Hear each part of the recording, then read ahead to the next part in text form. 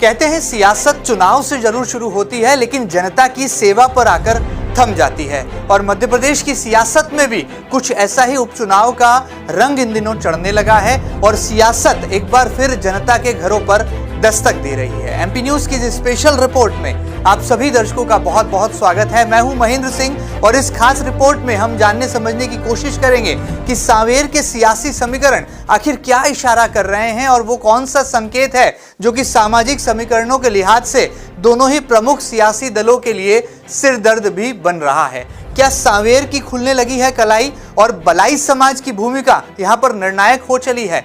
कैसे दोनों ही प्रमुख राजनीतिक दलों के प्रमुख चेहरे इन दिनों आमने सामने हैं? क्या तुलसीराम सिलावट कैबिनेट मंत्री बनने के बाद सांवेर की जनता का दिल जीत रहे हैं या फिर बीजेपी का दामन छोड़कर कांग्रेस के पाले में आए प्रेमचंद गुड्डू घर घर दस्तक देने के बाद सांवेर की जनता को अपनी बात कह पा रहे हैं? तमाम समीकरणों को टटोलते हैं और सांवेर की सियासी कहानी संग्राम कैसे बन रही है, ये तमाम जानकारियां लेते हैं एमपी न्यूज के कॉरेस्पॉन्डेंट शार्दुल राठौर से। शार्दुल जी, क्या पूरी कहानी है और अब की बार सांवेर की ये सियासी कहानी में कौन सा रंग यहाँ पर उड़ता नजर आ रहा है?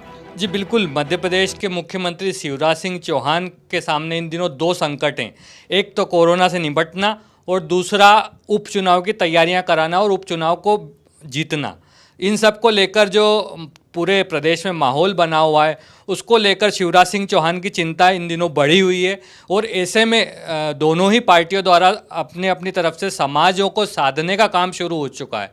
बात की जाए सांवेर विधानसभा सीट की तो यहाँ पर बलाई समाज के जो लोग हैं वो बड़ी तादाद में रहते हैं और एक निर्णायक भूमिका निभाते हैं जितने भी चुनाव होते आए हैं उनमें।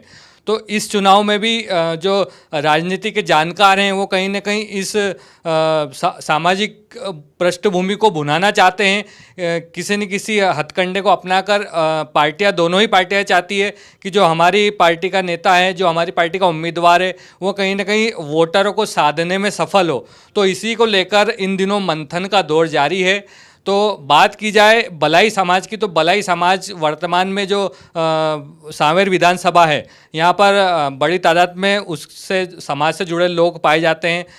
कांग्रेस की बात की जाए तो कांग्रेस से वहाँ राधा किशन मालवी के जो पुत्र हैं राजेंद्र मालवी, वो कहीं ना कहीं बलाई समाज का प्रतिनिधित्व करते हैं।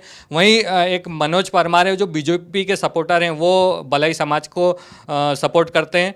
तो ये दोनों जो नेता हैं वो कहीं ना कहीं बलाई समाज का प्रतिनिधित्व करते हुए उपचुनाव की तैयारियों में अपने अपने समाज के प्रतिनिधि या अपने समाज के उम्मीदवार को उतारने की कोशिश में लगे थे। लेकिन वर्तमान परिस्थितियों को देखें तो बीजेपी और कांग्रेस ने कहीं ना कहीं अपने उम्मीदवार घोषित कर दिए हैं। एक तरफ तुलसीराम सिलावट है तो वहीं दूसरी तरफ प्रेमचंद गुड्डू हैं। ऐसे में जो बलाई समाज का तबका है वो बड़ा कहीं ना कहीं नाराज़गी उसके सामने देखने को मिल रही है। तो उस नाराज़गी का कहीं ना कहीं खामियाजा दोनों ही पार्टी को आने वाले समय में भुगतना पड़ सकता है। तो ऐसे में देखना होगा कि जो दोनों पार्टियां हैं वो इस समाज को किस तरह से साथ पाती है। साथ ही बात की जाए बलाई समाज के साथ में खाती समाज के भी अच्छे खासे वोटर हैं।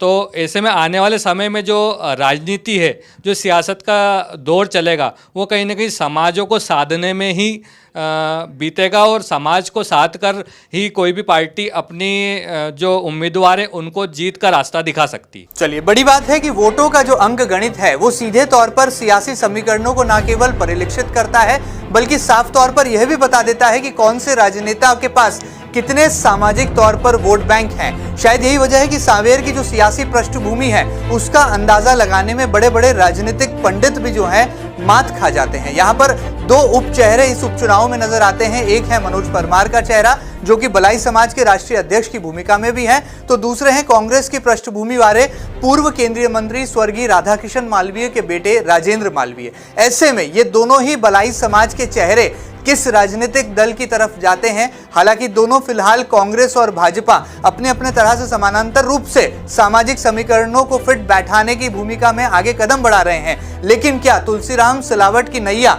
ये बलाई समाज पार लगा पाएगा या प्रेमचंद गुड्डू पर यही बलाई समाज भरोसा करेगा? इसका इंतजार करना होगा, क्योंकि धीरे धीरे ही सही उपचुनाव का माहौल जैसे जैसे शबाब पर होगा वैसे वैसे तस्वीर साफ होती चली जाएगी।